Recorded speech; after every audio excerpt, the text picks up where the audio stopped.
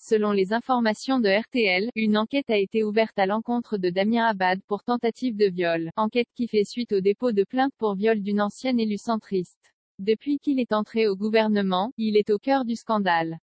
Vendredi 20 mai, Damien Abad a été nommé ministre des Solidarités, de l'Autonomie et des Personnes handicapées par la première ministre Elisabeth. Mais, 2 jours plus tard, Mediapart révélait qu'il était accusé de viol. Des faits qu'il n'a cessé de nier. Je conteste avoir exercé quelque forme de contrainte que ce soit sur aucune femme. Je conteste enfin tout abus de pouvoir lié aux fonctions que j'ai occupées. Les relations sexuelles que j'ai pu avoir tout au long de ma vie ont toujours été mutuellement consenties, écrivait-il notamment dans un communiqué adressé à elle. Elisabeth Borne a assuré qu'elle n'était bien évidemment au courant de rien avant de nommer Damien Abad au gouvernement.